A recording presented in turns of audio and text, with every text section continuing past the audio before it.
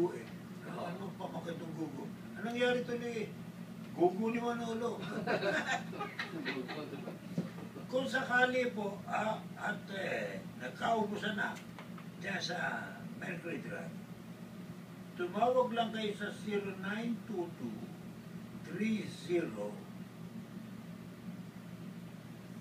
0922-30-73390. Tama ba yun, Raisa? Tama po. Ay, trabaho mo ito. Anyway, punta natin mga kaibigan si Dr. Rayamo Isla. Hanggang kanina, mga kaibigan, nag-aanap ako ng ano ba may tatanong ko rito nang maalala ko nga pala. Ito merong mga anti-itching dito di ba? Yung Makati. Ganyan nangyari sa akin. Alam ni Raisa yun. Alam ni Doc yun. Yes. Makakal kami ito sa kulit. Nangati ito Itong bokong ba ito? Asipo ba ito? Nangating. Kating. Tumayo ako at ako'y pumunta doon sa kusina, doon sa kinain na restaurant. Ano gagawin mo?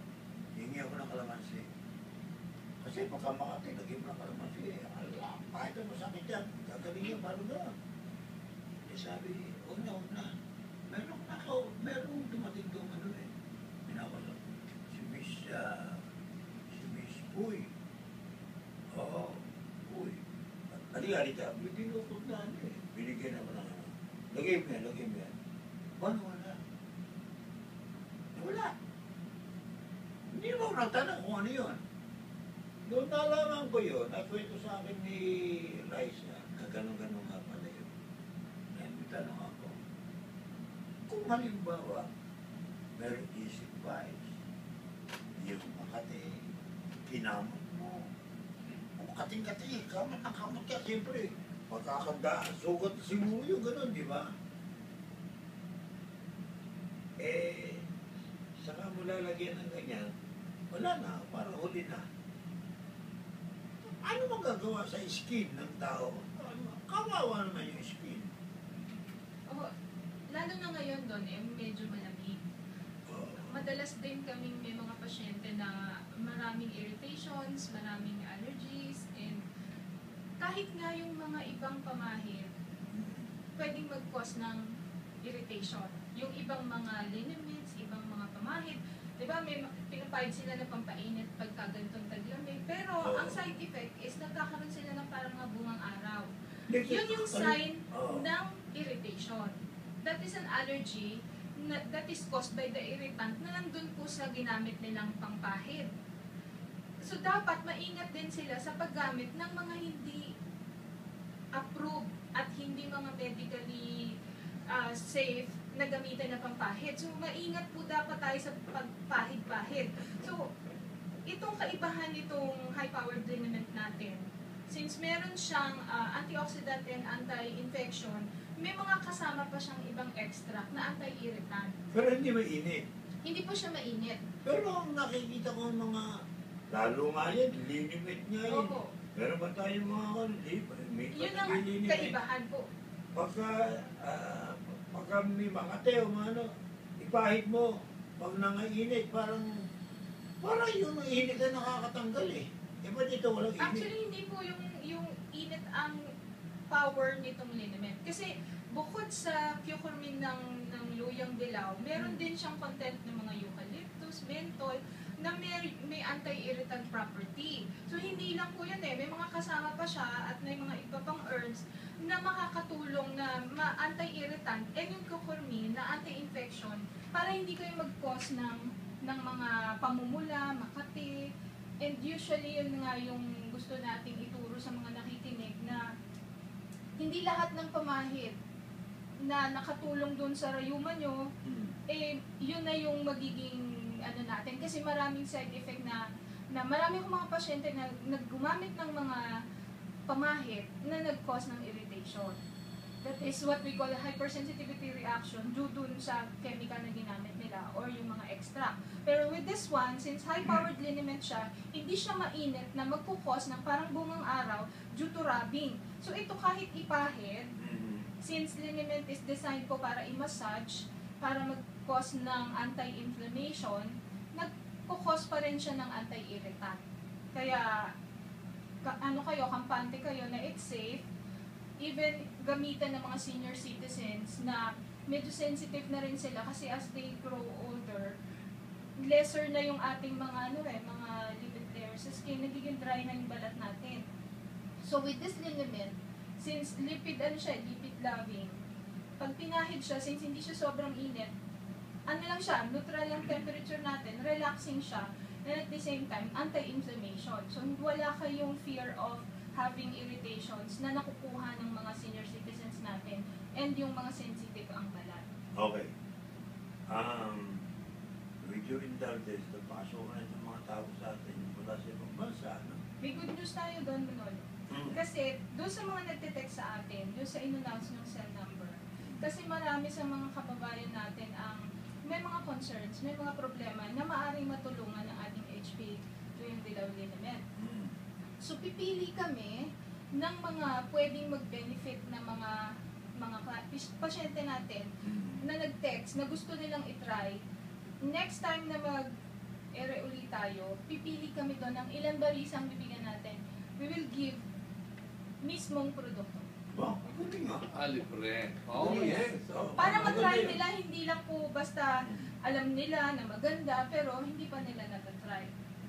Yun, pipili tayo ng 5 winners natin today na nakikinig at sa tingin nila, kailangan nila at matutulungan sila nitong ating HP Powered Liniment. Okay. Ito, again sa Australia, hi Don Manolo, it's 5 here from Gold Coast, Australia. Pakitanong naman po dyan, mahilig kasi ako maglaga ng luyang dilaw dito. Ba, may luyang dilaw mo sa Australia na. Okay din po ba yun sa katawan? Sa katawan. Ayan. Okay. Tugtong-tugtong itong kanyang tanong. Saan po ako pwedeng makabili ng mga liniment na yan at kung ano pong products nila? Sipay po ito ulit. Okay. Meron pa karoon to.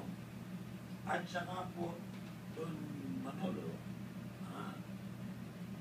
hindi ko tinatapon yung luya na nilaga ako, pinapapako pa. Talaga, sayang po kasi, okay lang po ba yun? Okay, meron pa karutong. Okay.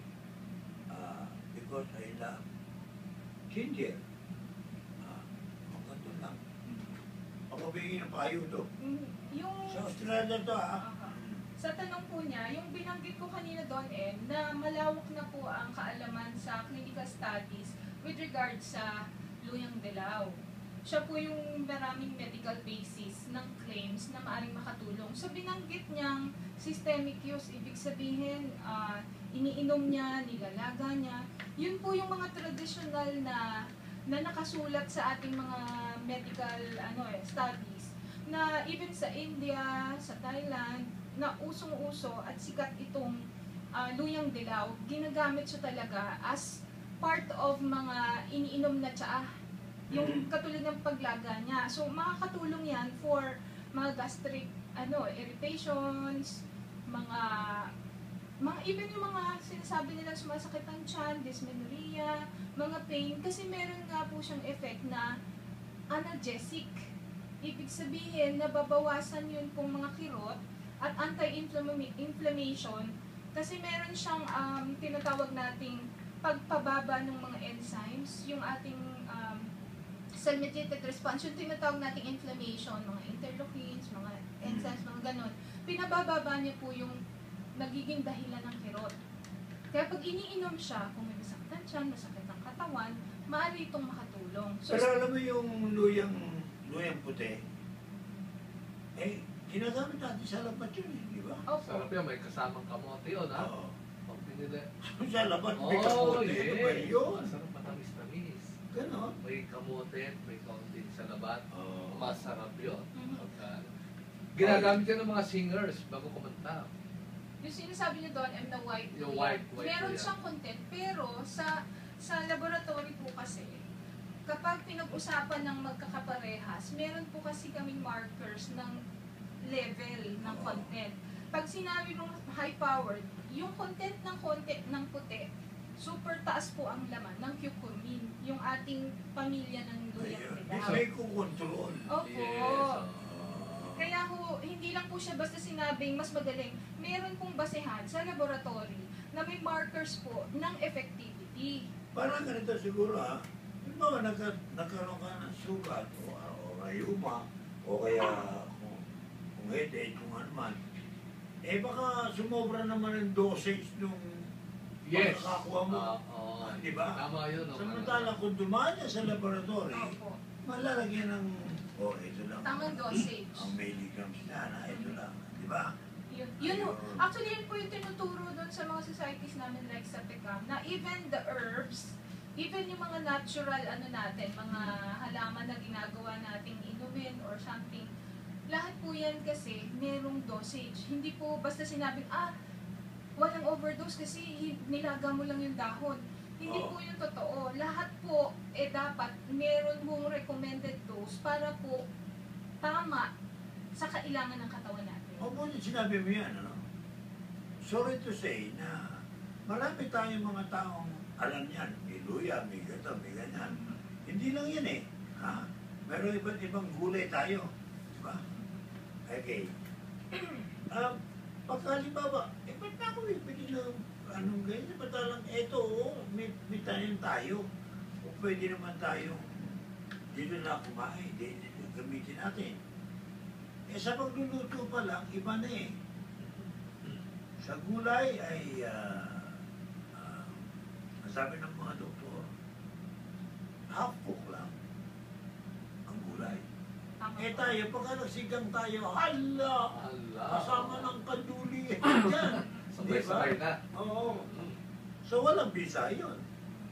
Diba? Opo. At saka, kung mapapansin nyo, sa mga libro ng mga herbal medicines, pag sinabing 5 pirasong dahon, mga 3 butil, yun lang po. May iba kasi ginagamit isang kaserola, tapos kukunti tubig, minsan masyadong mataas ang concentration, tapos hindi pa natin alam kung saan tumubo yung dahon, kung saan pa itinanim, baka yung mga kanal pa yung mga tubig na dumaan dito sa halaman, and you still don't know kung talagang yun yung actual na may active ingredients. Hindi kasi dumaan sa laboratory. So, ang kagandahan nitong ating luyang dilaw, ito po organic, hindi lang basta natural. Tapos po dumaan sa laboratory na para yung laman, na curcumin, yung ating hinahanap kasi yung active ingredient Hindi po, yung dami ng active ingredients ang importante para maging effective. Kaya, ang dapat dito, proper information, proper dissemination, tsaka proper guidance na Paano gagamitin? Ito para sa ito, Dr. Ed, kala mo makakaligtas ka. Ay, hinintay ko nga yan mga tanong kasi hindi mo ko tinatanong Good ngayon. evening po, Don Manolo. Para kay Dr. Ed Laluz. Ayan, okay. Diba?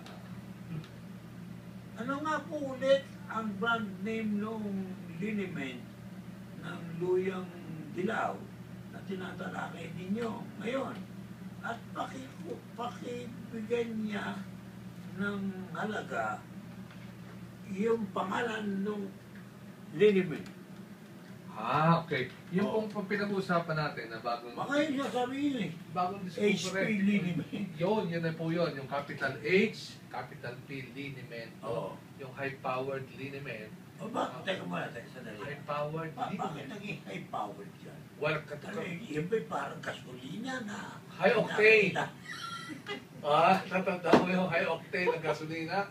Ito yung high octane ng mga luyang dilaw na tinatawag. Okay, sabi ko, Huli na rin. huli ka agad, Huli na kita. Oh, High octane pa. ay, yung mga high-powered na tinatawag. Hanggang unleaded lang ka pa. Unleaded ka Alam mo, dahil nga mahal ang gasolina ngayon, Oh. pag nagpapagasolina kami na, yung high octane, malakas na po. Dahil mahal, doon na sa unleaded kami ngayon, mahal eh. Sa mura, sa matabang na lang. Pero sa luyan dilaw, ito yung high octane power liniment na tinatawag natin. Yung dilaw. Yung dilaw. Ayan. At syempre, yan po ay available sa Mercury Drug drugs, no? At pwede po kayong tumawag sa hotline ng 0922 307 3390. Kung may mga katanungan po, pwede kayong tumawag dito para Right, kumusta? mabigyan namin ang Kumusta ang dating ng mga tao dito sa number na ito? Sa iyo? Marami pong marami pong mga tanong.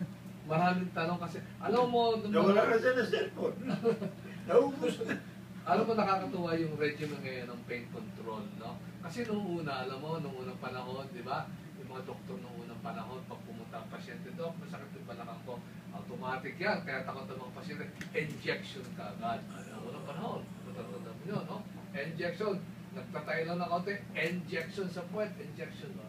So, nagbago ang trend ng medisina, no?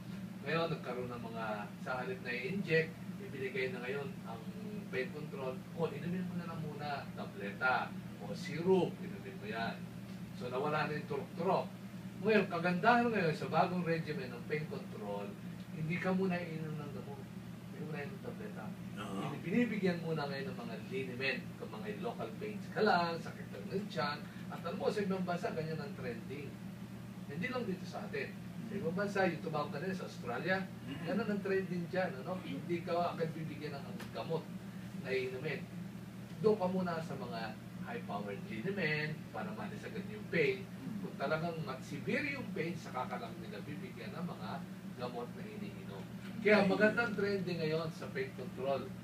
3 regimen na ngayon. Pwedeng unahin muna yung mga home remedy. Okay. Ito, home remedy. Miski sino pwede mo bigay. Ang tatay, nanay, pwede ibigay sa bahay. No? Na-approve No, may Tatay, nakagato ako ng aso. Patay ng aso, tapos yan. Oh, ganun. So, yan ang mga pain control sa bahay. So, pulas-pulas muna, aplas-aplas muna. Pag talagang hindi makuha, saka sasabihin sa doktor, sige, pwede muna ng gamot, pwede muna ng tableta. Kung hindi pa rin makuha ng tableta, siya, i-injection na yan for pain. Sa hospital na yun ginagawa. Kaya nga nakakatuwa ngayon, yung bago natin trending sa pain control, may liniment na ngayon tayong ginagawa ang mga doktor. Liniment ka muna, pag hindi makontrol, saka ka. That's also true sa dermatology. Ang trend ngayon, kung asan ang problema, pumunta ka muna ng direkta. Kung halimbawa nasa balat, you apply first Sa before you give internal. Yes. Kasi usually sa derma, antihistamine, steroids, di ba? Usually Local, maraming mga internal effects na ayaw natin. So ang trend is, kapag kaya ng pamahid, mas okay. And ang trend din ngayon is the more natural, the better. The lesser side effects, mas okay sa pasyente. So you have to explain. May choice naman sila. So kung initial lang yan, nangatin ng isang araw, walang mga severe na internal problems, mas magandang direkta ka agad. Kesa yung isang maliit lang na parting Makati, ininuman mo ng tabletas, mas maraming dadaanan yung gamot, mas maraming magiging problema. Hindi, katulad mo, you are a licensed dermatologist, doktora ka, talaga. Itong luyang dilaw na ito, meron ito pinag-uukulan na maaaring magamit eh, no? Sa iyong pananaw, sa palagay mo ba, sa lahat ng mga napagagamitan nito, ubra sa iyo na kakayanin ng skin ng tao to? Diba? Anti-stress rehearsal, rheuma, spray, muscle pain, wounds, eczema, athlete's foot, skin rashes, asthma, kati ng lalamunan, pimples, varicose veins, insect bites, itchiness, yung pagkakati-kati, gas pain, abdominal pain, dysmenorrhea, back pain, pasma, saka numbness. Sa palagay mo kaya, kung gamitan ito, luyang dilaw na ito ng HB liniment, sa iyong pananaw bilang, siyempre, mas magaling ka na tungkol sa mga skin kaysa sa amin. Ito ba mga binanggit kong ito how would you assess ito? Ubra ba ito?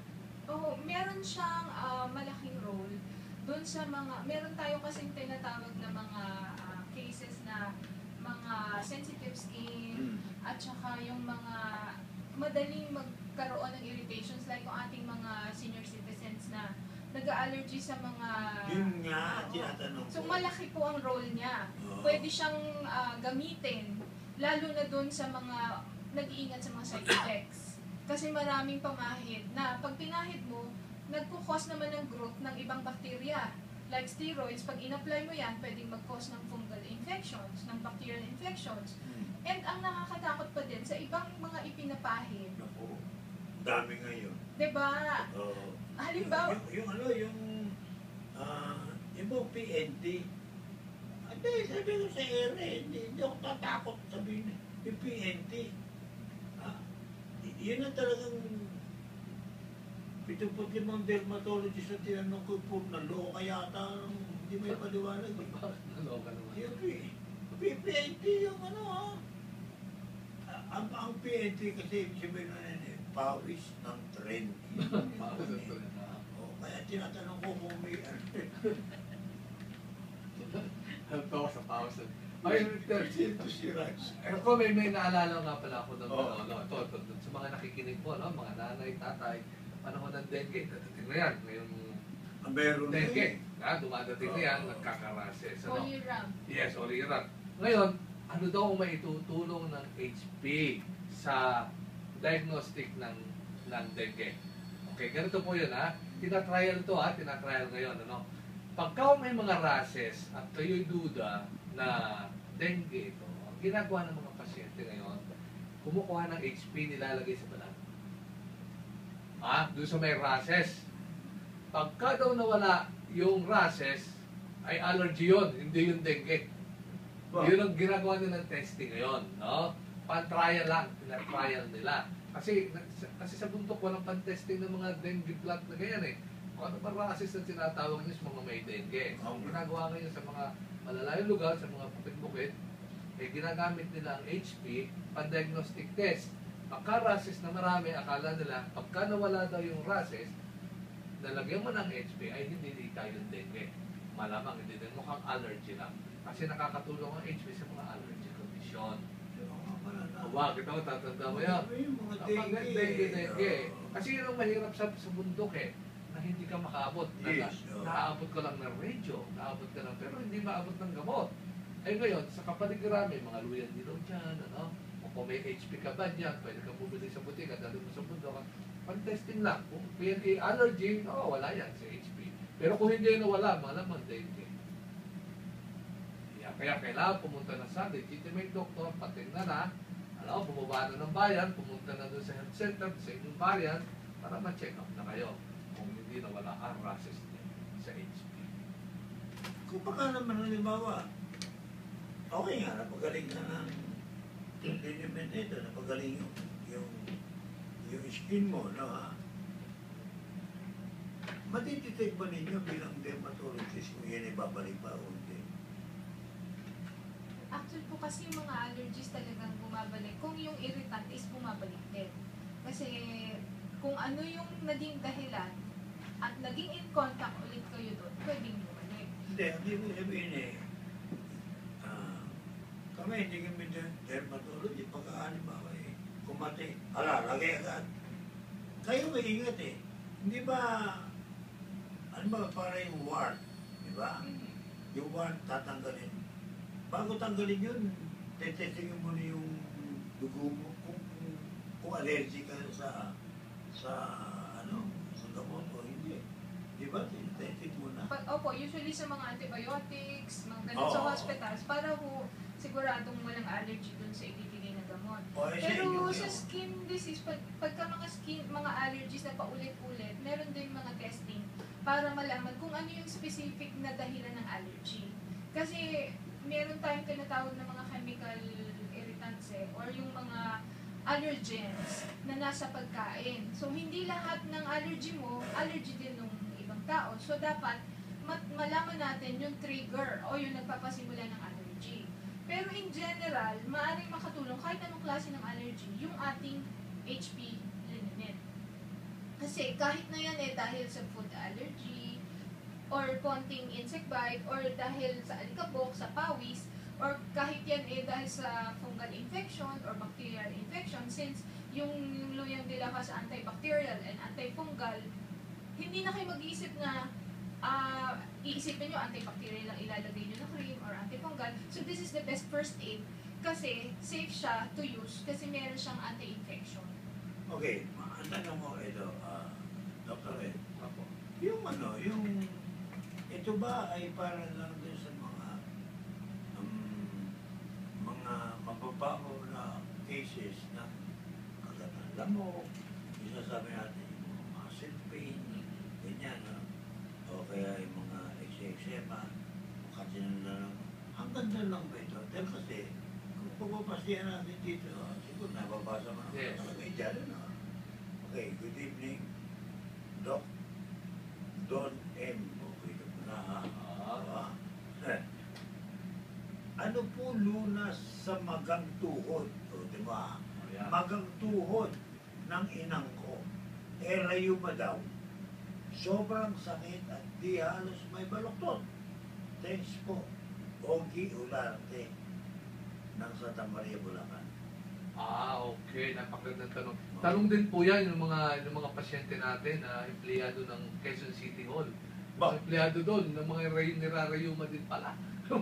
Ang dami pala itong nirarayuma sa Quezon City Hall sa... Ba't na rayumahin niya? Ay, medyo senior na rin eh. Hindi. Senior na rin sila. Tsaka taglamig ngayon. Hindi nga pala may taas yung paano pagka Nakaupo. Hindi, kasi drawer bukas. Sabi ko sa kanila, oo. Kung yung drawer nun na nakasara, may tataas eh. Hindi ba? Ganon. Hindi nga may taas ang bukas nga ang drawer.